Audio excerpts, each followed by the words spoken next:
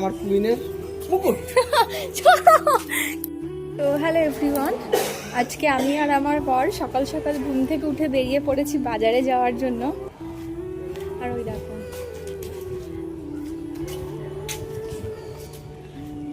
আমি বউ যে পিছনে আছে, ওর কোনো হুঁশ নেই, ওর মতন হেঁটে যাচ্ছে। কোথায় ছিলে? এখন আমাকে বলছে তুমি কোথায় ছিলে, তুমি সামনে চলো, পিছনে কি করছো? চলো ফ্রন্টে। আজকে তাহলে কি কিনবে, কি রান্না হবে আজকে? জানি না, আগে বাজারে যাই তারপর দেখি। মাংস পর এত ছুটি আছে। আজকে তোমার অফিস ছুটি কেন? সেটা তো আমিও জানি না। অফিস ছুটি সেটা জানে, কিন্তু কি কারণে ছুটি সেটাও জানে না। আর আজকে না ওয়েদারটা খুব সুন্দর, মানে কালকে মেঘলা মেঘলা ছিল, কালকে বৃষ্টি হয়েছে। আর এখানে কালকে রাত 10টা থেকে 2:30 পর্যন্ত কারেন্ট ছিল না।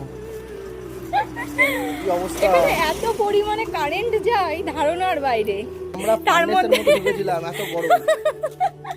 মোটেই না। এই না, তারপরে জানলাগুলো খোলার পর একটু ঠান্ডা হলো, ঠিক তারপরে কারেন্টটা চলে গেল। আর আমাদের বাড়িতে না গ্যাস নেই, আমাদের ইন্ডাকশনে রান্না করতে হয়, না খেয়ে থাকতে হচ্ছে।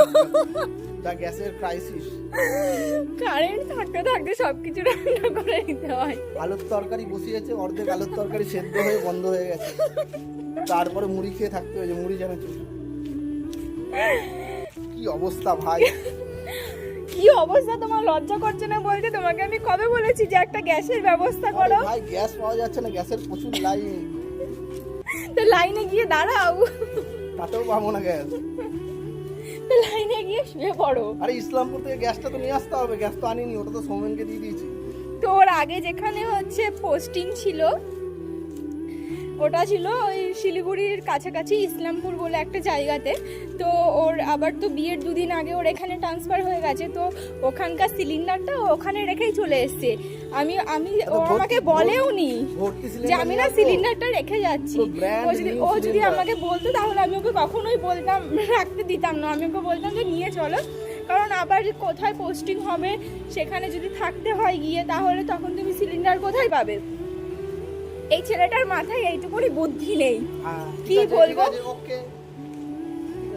সব সময় এরকম করে, সব সময়। দেব না, কি লজ্জা পায়।